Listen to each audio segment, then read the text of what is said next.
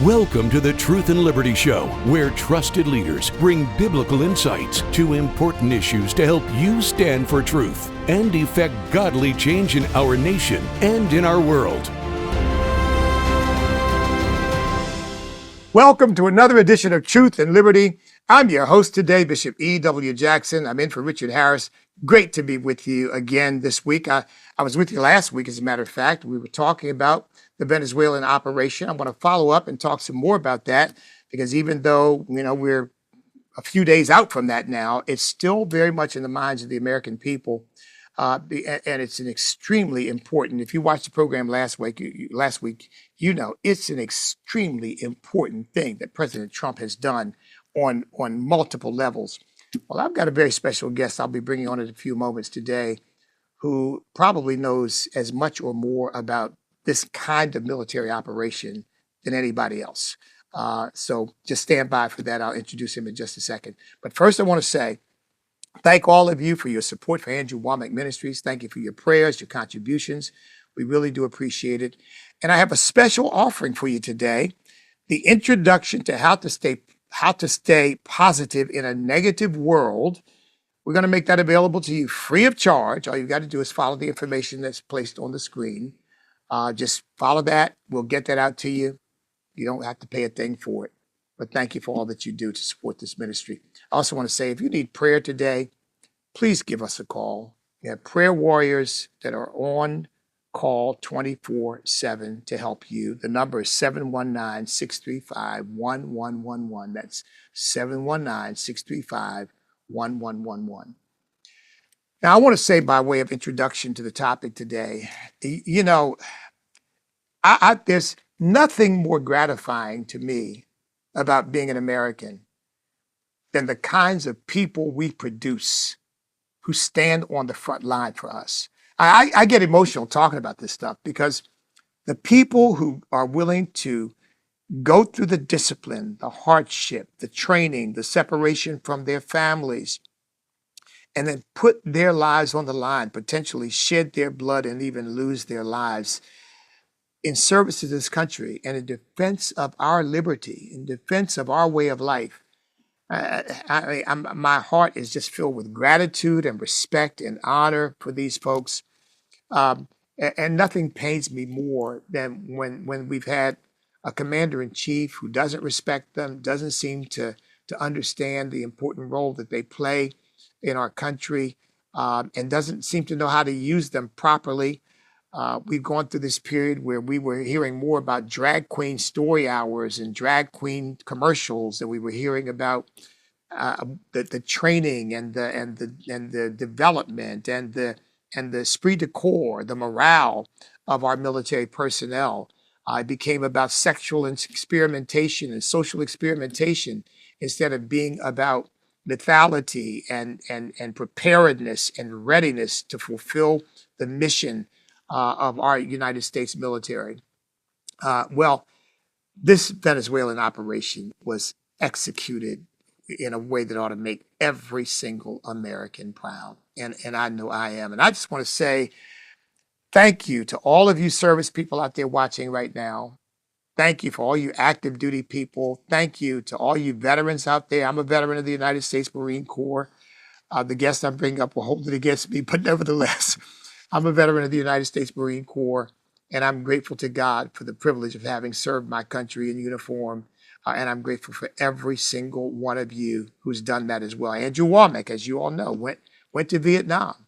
He served in the United States Army. So, Andrew, thank you for your service. And thank all of you veterans out there for your willingness to serve our great country, because we couldn't have a country were it not for people who throughout our history have been willing to do that. Well, my guest has certainly been willing to do that on more than one occasion. He served, I think, 36 years in the United States Army, rose to the rank of lieutenant general, served in very high capacities in the United States government as well as the United States military, twice wounded in combat, served in a number of operations, one of which we're going to have a chance to talk about because it's been referred to given this Venezuelan situation, which is the capture of Manuel Noriega in Panama. So, folks, he's a dear friend. He's one of the people I have the utmost respect and admiration for his courage, not only on the battlefield because he's shown that, but his courage since then, standing up for our country and our values, often persecuted for it and vilified for it, but absolutely unwilling to yield to anyone in terms of his faith in God and his patriotism. And I'm talking about none other than Lieutenant General Jerry Boykin, retired. General, I tell you, it's an honor to have you on. Last minute invitation, but thank you for agreeing to do it. And it's great to see you, by the way, because you and I are good friends, but we haven't seen each other in a while. I agree, and thank you for the comments. And I think you're stretching your credibility with some of what you said, but that's all right. I love you because you and I are brothers in Christ, and I just have the highest regards for you, Bishop. You have been on the firing line. You have put yourself out there and made yourself a target, but you have done it for the right reasons, and you have stayed in the fight. So God bless you, brother. Well, God bless you too. So, look, let's get into this issue. First of all, just your first impressions. Just take a few moments and give me your first impressions about this operation. What were you thinking as you heard about it, saw it unfold, and you probably have some inside information that some of us don't have privy to. But what were your first thoughts? Well, I think that this thing really was a flawless operation, and I've never been on a flawless operation. I don't even know that I could name one other than this one. It was truly flawless. If you look at what it took to bring all of these different airplanes and ground teams and all together at the precise time, at a precise location on the map, that is incredible that all of that came through without a glitch. It says a lot to you about, I think, what our nation has done since we changed commanders and allowed the commander in chief to do what he believed in his heart was right. And then he had a Secretary of War, Pete Hegseth, which Pete, I think he has given these commanders around the military and all services, he's given them the opportunity to show what they can do. And rather than locking them up in a room somewhere where somebody's telling them they're an oppressor or they're being oppressed or something like that, and you talked about it. So I think that that was great. The precision of this thing was just almost incomprehensible and probably never heard of as far as I can tell. Uh, but the other thing is this. I'm proud of the Delta Force. I am just as proud of them as I can possibly That's be. kind of your baby, isn't it? That You were there is, at the beginning. yeah, it is. And but there were others in this fight that need a real hand. I mean, they need to be congratulated for what they did.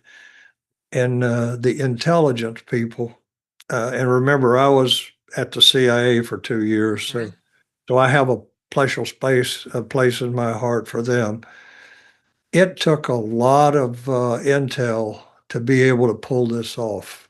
Now, if we'd wanted to kill him, we could have killed him, but we were wanted to bring him out and put him on trial. And that's what's happening today. And that intelligence, I don't know how long they'd been collecting it, but it was quite a while they'd been collecting it to where they essentially knew every move that he made. And I think that is absolutely wonderful. And then you look at the fact that we had uh, air defense on the target. We had all kinds of different types of weapon systems there on the targets, but we had what we needed to go in there and disrupt them, to blow them out, blow them away, so that they would not be a danger to our people as they were coming in. And then the final thing I will say is, this is just like bin Laden. They could have killed him or captured him, and their effort was to capture him, but he drew on them first and they killed him. In this case, we had a capture or kill mission, and they did everything right and brought him out alive. And now we're going to see him pay for what he has done, especially to Americans. I mean, he's killed a lot of Americans, and I think it was like 100,000 that died of fentanyl last year, and he was certainly part of that. So um, I'm just I'm so proud of the whole military, and it actually makes the point that with a commander in chief that really cares about doing what the military is designed to do, which is to win the nation's wars. When you got somebody that supports them, you get this kind of performance. You know, General, I could have spent the first half hour just going through your resume, right? You served at the CIA. You were in at the ground, on the ground level of the start of Delta Force. So you are really a special ops guy. So talk a little bit about, first of all, just something you alluded to, but let's go a little deeper into it. The morale of the military, because I live in a military town, Norfolk, not far from the naval bases there. I talk to military guys all the time, and during the Biden administration, they were telling me these classes they were going to, and how you had to. I mean, all just weird, to me, weird stuff. How to, you know, lower your whiteness and get in touch with your feminine side, and how to deal with trans. I mean, stuff that has nothing to do with the military, and they were just disheartened. What do you think the morale is right now? Well, first of all, I think that what you just said is a very important thing, because if you expect soldiers to follow you in combat, you better do everything you can to take care of them and make sure that they are ready when they go into combat. And I think that today they finally see that what a commander in chief is supposed to be, what the chain of command is supposed to do. And I think that everybody that I have talked to now, and some of these are the same people that were saying, I'm getting out of the Army, I'm getting out. And I think I talked some of them into staying, and with a hope that everything was going to change in the next election. But you can't take them into combat if you've been threatening them, as we were doing, as our leaders were doing, threatening people that if you don't take this shot, we're going to throw you out. We're going to throw, and they threw out like 8,000. They just ran them out. And then others, probably another, at least that much, just said, well, I'm done. I can't do this anymore. Well, what happened the day after our president had been elected, Donald Trump? What happened? Recruiting went off the scale, absolutely off the scale. And our military is back, and they showed us that they are, not only are they back on their feet, but they're willing and able to step into the battle and win the wars. Look, you said how proud you were, and of course, I have not had the extensive military experience you've had, but I felt the same way, because not only should military people be proud, but Americans should be proud, because these are the best of us. These are the people who put themselves on the line for us. So no, there's no question that morale has tremendously improved. What about training? Because again, I don't know how, because I remember the first thing that the former Secretary of Defense then did was to stand down the military, I think for a couple of days, in order to have all these sort of touchy-feely sexual, I don't know, racial, I'm not sure what it was all about, but that was the first thing he did, was to stand down. And now, of course, the military is standing up. So talk a little bit about what's happened with training. Yeah, well, what happens to training when you do that is training takes a back seat to all this DEI stuff. And I must tell you, I was very open about it in several media hits about what I think the outcome was going to be if we didn't soon turn things around. And that was we were going to go to war unprepared. And that is just inexcusable for a country like America.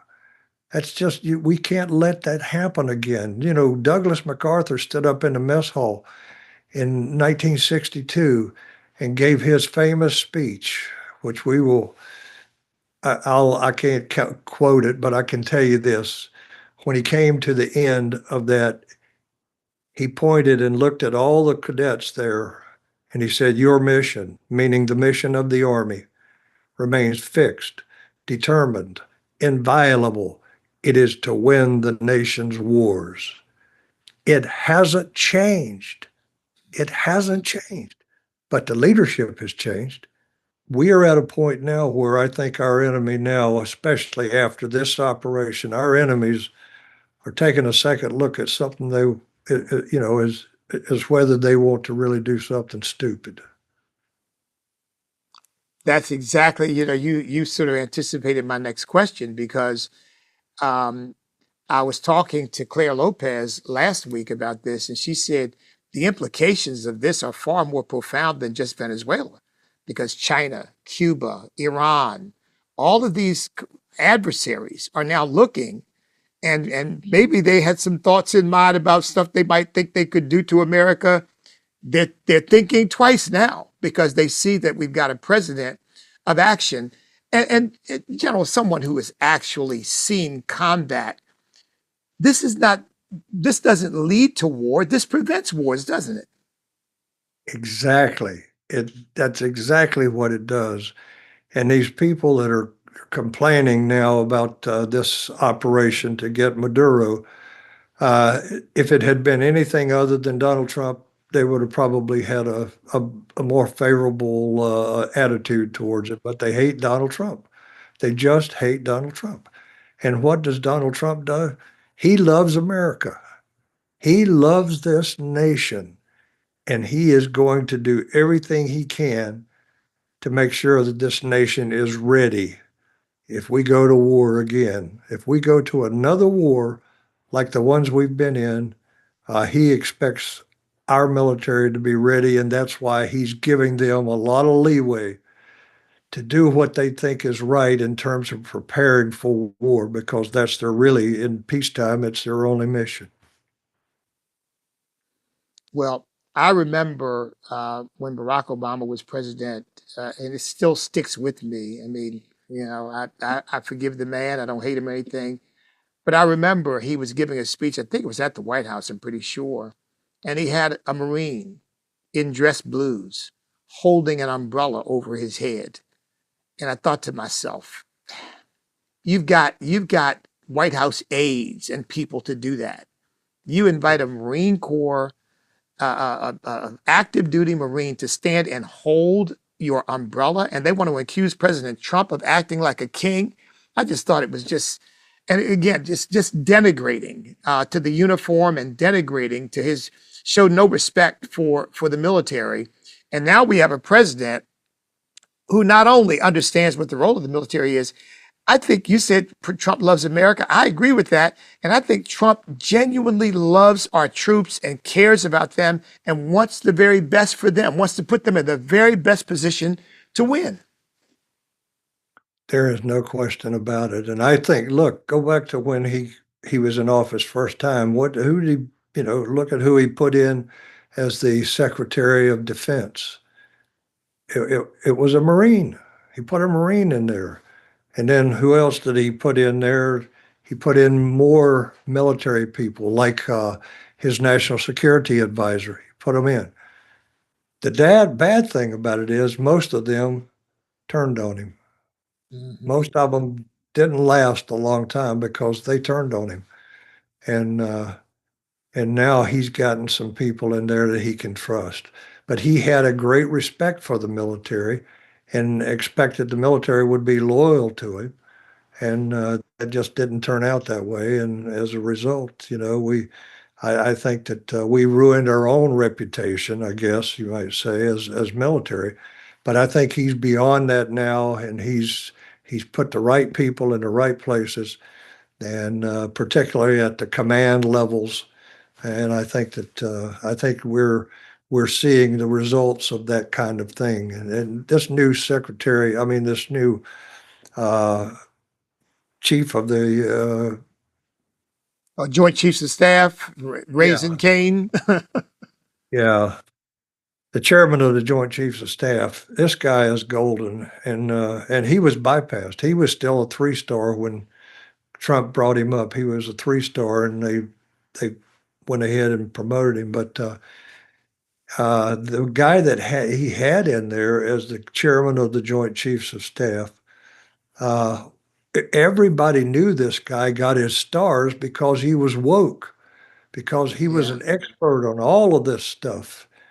And he even, in the War College, I am told that in his paper that he had to write, he wrote about how America has no use for nuclear weapons. Well, what about as a deterrent? You know, what about as a deterrent? Would you feel safe if we were a country as big as we are, with as much influence as we have, that did not have nuclear weapons? God knows nobody wants to see a nuclear weapon used. And this may be the way we make sure that it doesn't happen. But I just tell you, I think that Donald Trump really does believe in our military, and he really does want to invest in them, and he wants to put the best, not just people that are woke or people that somehow they have an agenda. And no, he wants to put the best people in the command positions to make sure that when we go to war, we're ready with the leadership as well as the technology and the boots on the ground. Yeah, they seem to be more interested. Some of these folks were some of the people who he chose before, and some of the people obviously in the Biden administration, much more interested in changing America than in defending America. And I think a lot of them don't even like America. I mean, I don't think they have sort of the love and affection and the gratitude for our country and what we provide for human flourishing. They think there's something wrong with us, and somehow America needs to be fundamentally transformed. To use that common phrase. Did you and I had not talked about this?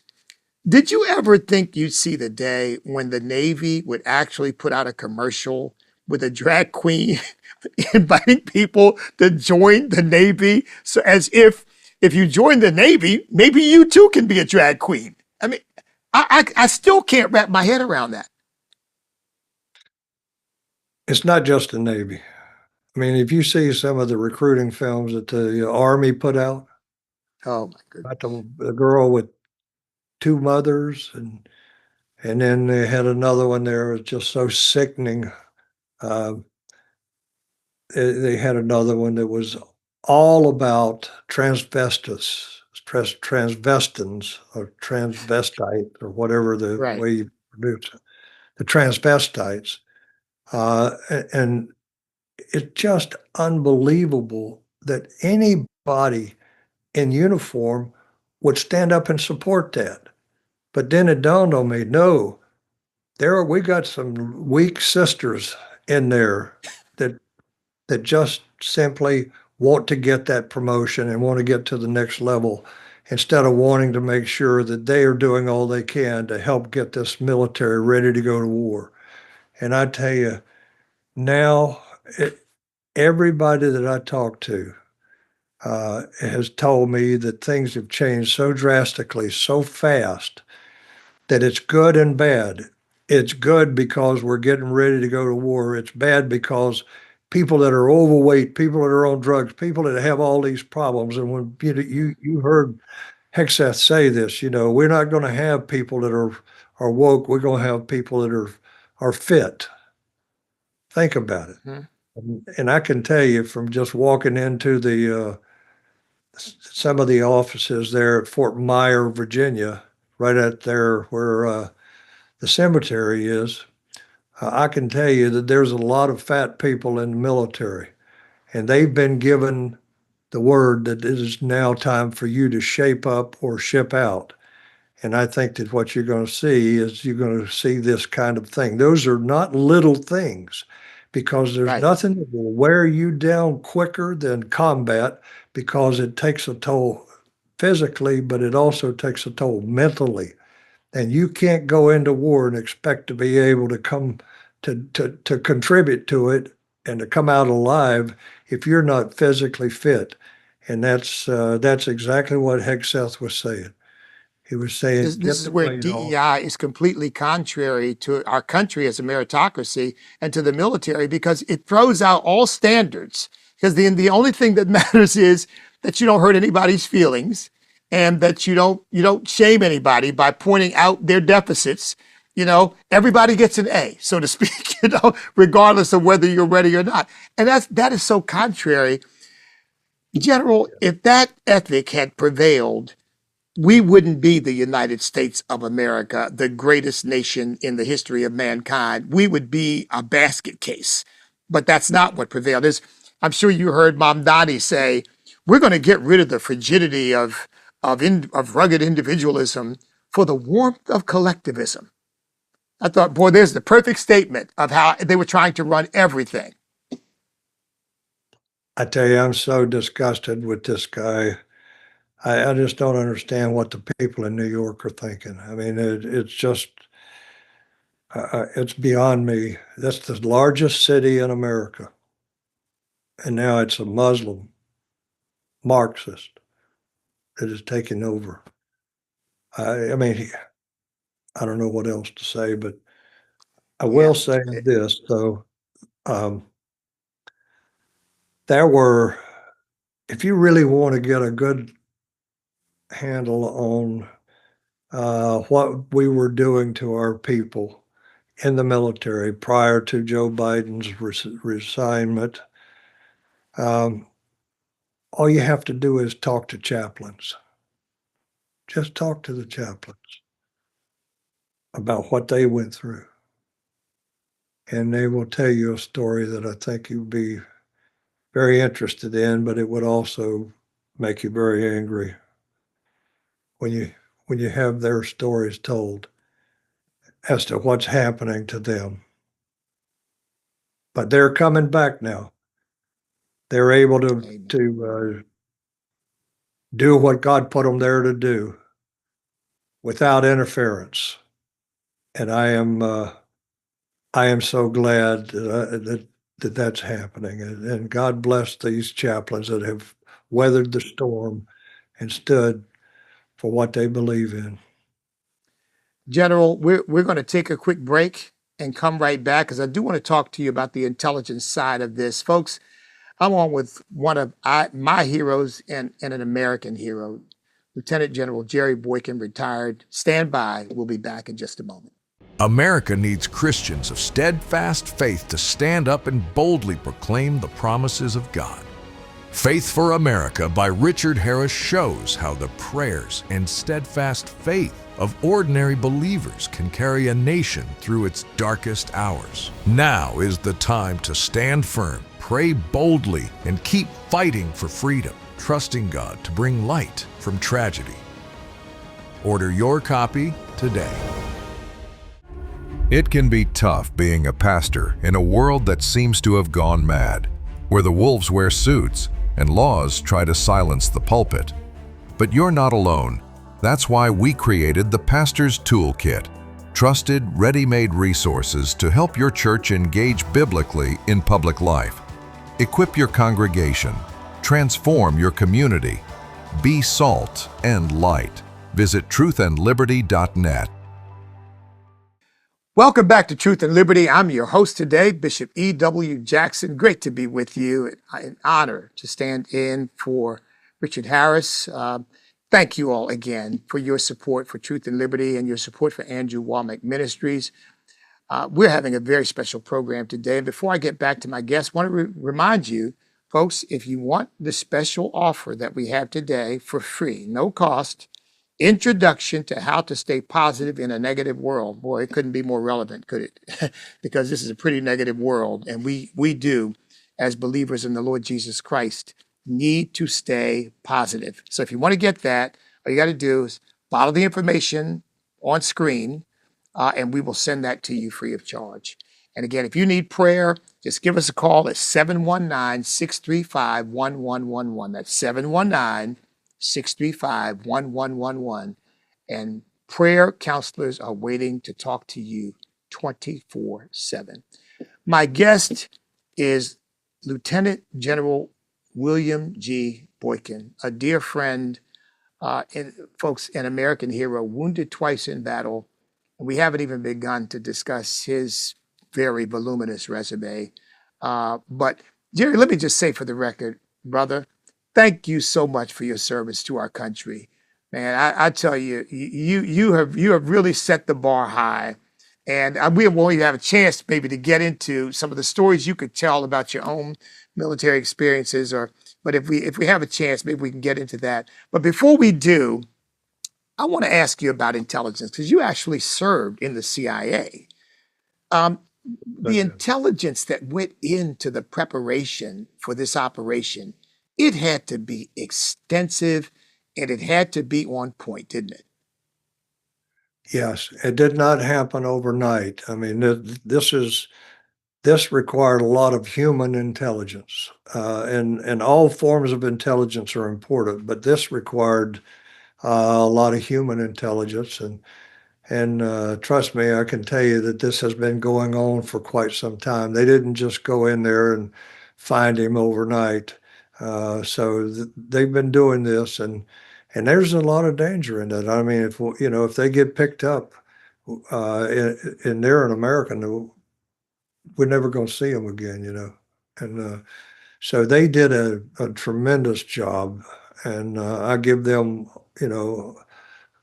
credit for not only professionalism but courage, and being willing to go into a place like this and do what they did. So it was great. Now, the other thing is we've got some satellites, we've got some airplanes, we've got all kinds of things that help to bring this together. And I don't want to slight any of them, but we don't know enough right now at this point as Americans as to what role the others played, except that we know there were aircraft there that provided intelligence that was, every one of these was a key part of the intelligence. But the one that wore, the burden of this would have been the human intelligence. Yeah, some things we probably will never know, or at least won't know for a long time, because there are sources and methods that simply can't be revealed. But whatever they used, it served them well, because I'm told they knew almost down to what underwear Maduro was wearing when they finally apprehended him, and he was trying to get to a safe room, and he never got there because they knew where that was too. It's just an amazing thing. Again, Jerry, you and I share this love for our country because God has really blessed us to be able to do extraordinary things in this nation. And we know we're not a perfect nation. We never have been. But I really believe, as I know you do, that our faith in God has caused God to honor this country and bless this country, even in our darkest moments and even where we've made mistakes, so that we still emerge as a great nation. And it's why we love this country. We see it as a gift from God, and the people we produce and the things they do as a gift from God. Why don't you speak for a moment to that issue? Because we got people protesting all over the country and telling us that Trump's he's an outlaw, he's a dictator, you name it. Anything they can think to say, they're saying. But the fact of the matter is, he's a president who I really believe loves this country as we do. Yeah, well, I hear so many people saying that things like this operation are unconstitutional. Hmm. Well, some of those people have also said that our rights don't come from God, they come from the government. That is the antithesis of what our founding fathers created, the antithesis, because they believed the word of God.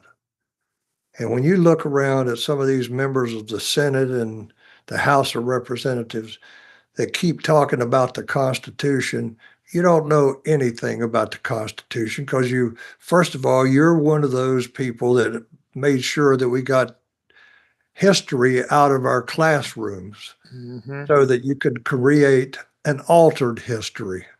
And I will tell you, if Americans don't get back to learning their history, Oh, I think that we have future problems ahead. We're in a period of time right now, and I personally believe that the Lord has given us this period of time to get ourselves straightened out and back on track. And I would throw into that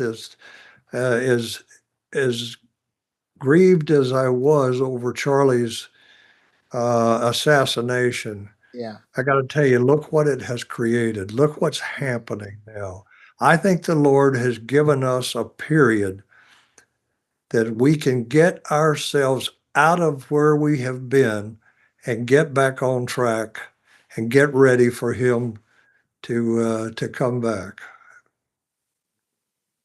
Amen. Jerry, I could not agree with you more. I think we are in a very special time. In fact, Andrew Womack has said many times, prophesied many times, that we're actually in a period of awakening. He said, but a lot of people don't realize you're in an awakening until it's over. Then they look back and say, "Wow!" But I just got the word, for example, from Turning Point USA people. They've got, in fact, talking to Lucas Miles, who is in charge of Turning Point USA Faith. They've got 20,000 high school applications to start chapters of Turning Point USA in high schools all over the country. I mean, this is unprecedented. And so you're right. God is doing something right now. And the question is whether we're going to listen to God and begin to come back to those Judeo-Christian values that gave us this great nation.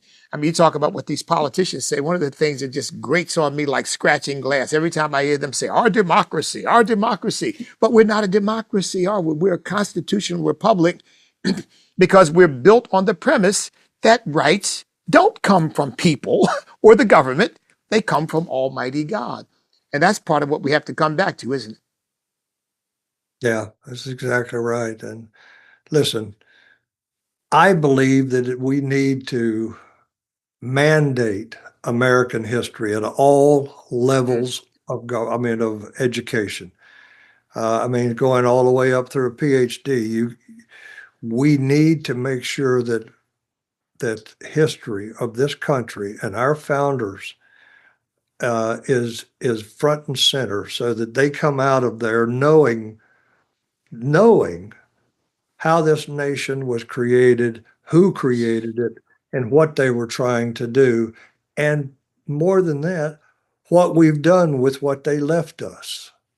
And some of it's good, and some of it's not. Excuse me.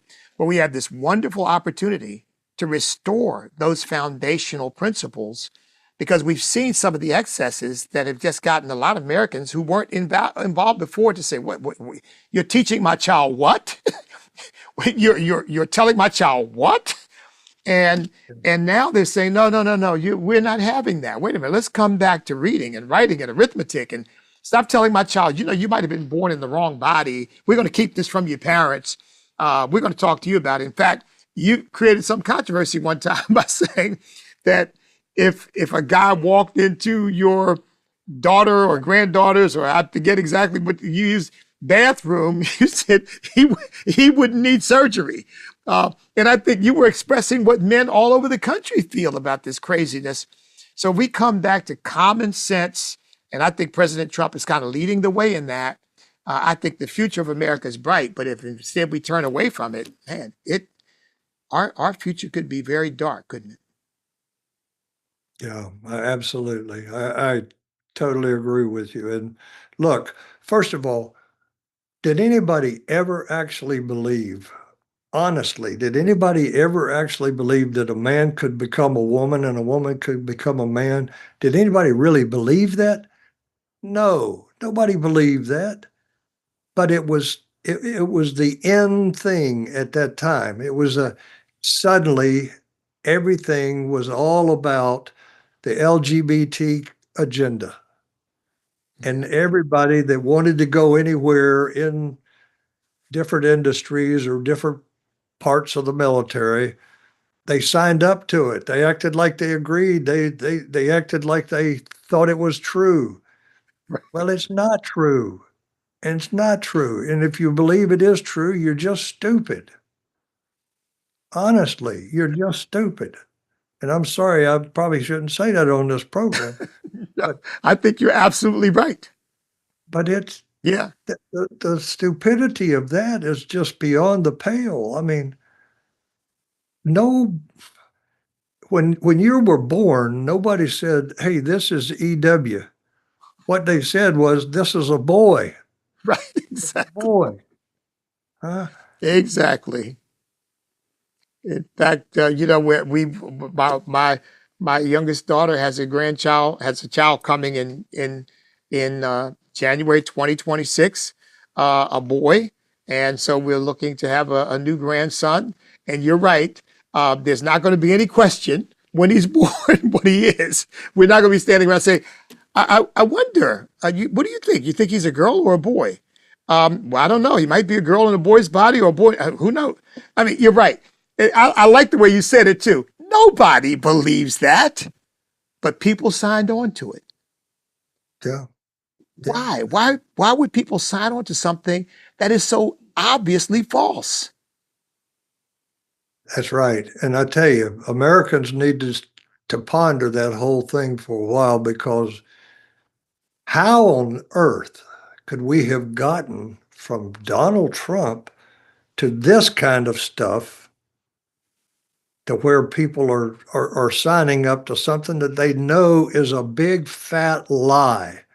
In fact, and I don't want to be preaching here, but if I was Satan and I wanted to make sure I could control America, I'd get them all to buy into one lie, just one lie, and keep perpetuating it because the more they do it, the more they realize that it's stupid, but they're not going to change it.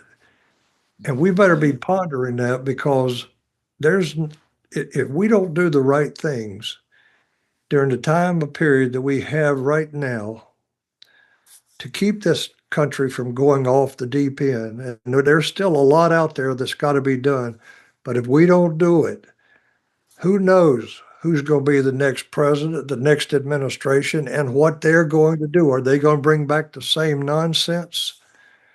Or are Americans waking up and deciding, no, we don't want to go back to that? We don't want to go back to Marxism. We don't want to go back to communism. We don't want to go back to socialism. We want to keep what our founding fathers gave us with the appropriate changes as technology changes, Mm-hmm. as we become more enlightened in terms of what the Word of God says.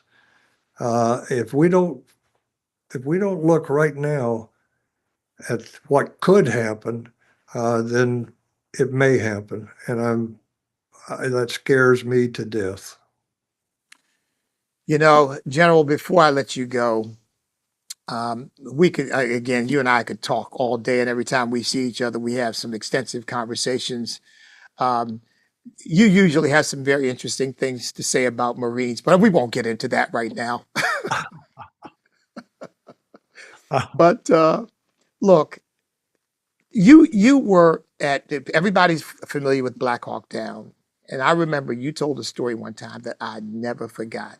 I mean, it just it rocked me because the punchline was about America. You told a story about getting hit. I think it was by a mortar rocket or whatever it was, and a person beside you who was badly wounded, that they were practically ready to give up on. You know what I'm talking about? I know exactly what you're talking about. Oh, Yes, yeah.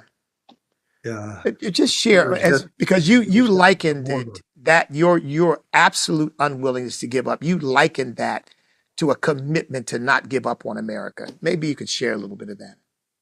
That's right.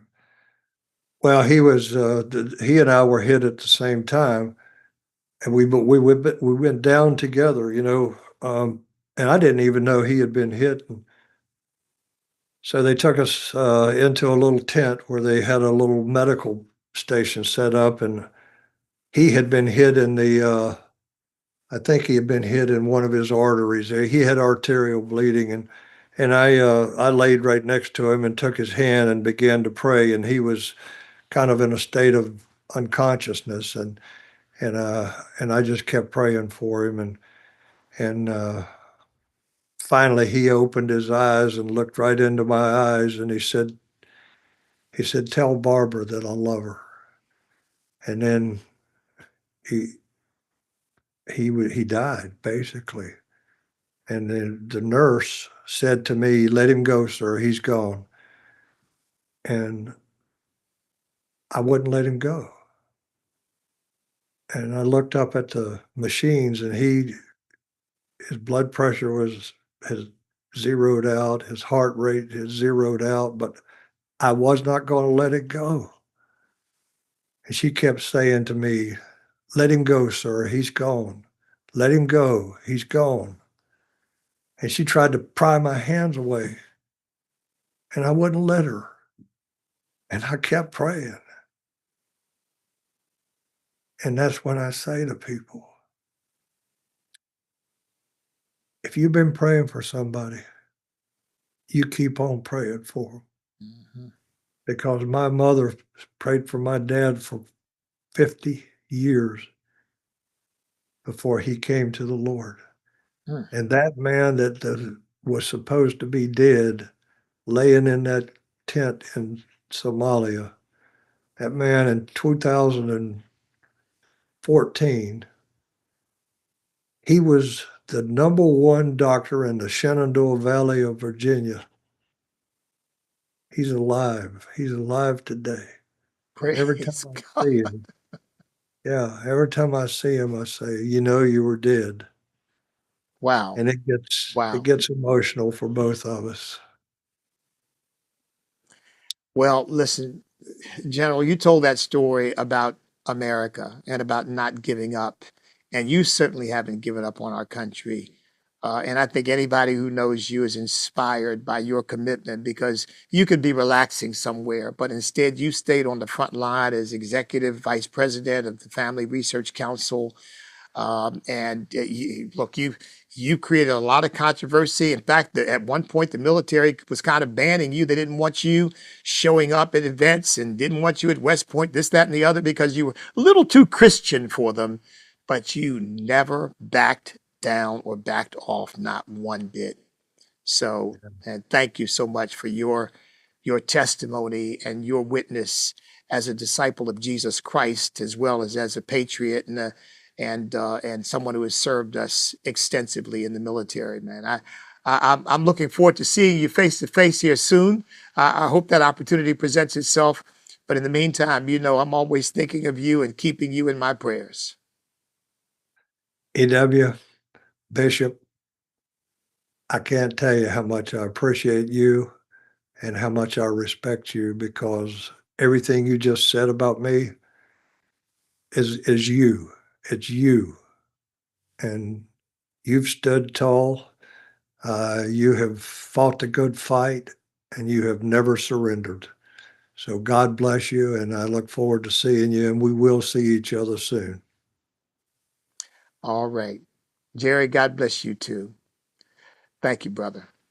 Thank you. Folks, Lieutenant General William G. Boykin, American hero, wounded twice in battle, served this country so well, so extensively, that, man, you really can't say enough. I would encourage you to find out more about him if you don't know about him.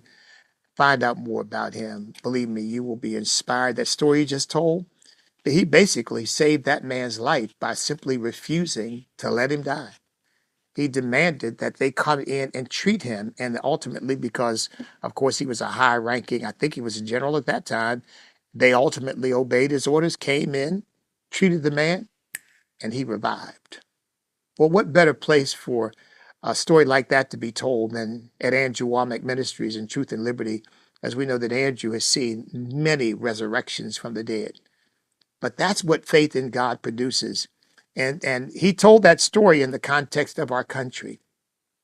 When you see things not going well, when you see things that seem to have taken a turn for the worst, don't give up.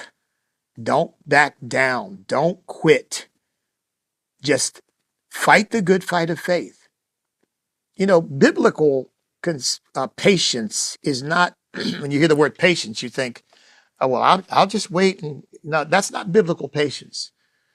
Biblical patience is consistency in the face of contrary evidence. See, that's biblical patience. That's Christian patience. It's when everything around you says no, and you just keep saying, but God says yes. But God says yes. And I'm working on yes. I'm working with yes. I'm believing yes, because God says yes. But wait. The doctor says no, and the lawyer says no, and this one says no, and that one says no. But God says yes. And I'm standing firm and standing fast and refusing to be moved by anything else. See, that's what biblical patience is. It's not passive, it is aggressive. Okay? It is aggressive commitment to the yes that God has given us through the promises of God. So I just want to encourage you that, you know, we've had some tremendous successes in past years, but we've got a lot of stuff left to do. And this past year has really been a tremendous turnaround for our country in many ways, and seeing the military turnaround. Because, you know, I'm convinced of this, that the devil has 3 institutions that he needs to destroy in order to completely take over society. He needs to destroy the church, he needs to destroy the family, and he needs to destroy the military.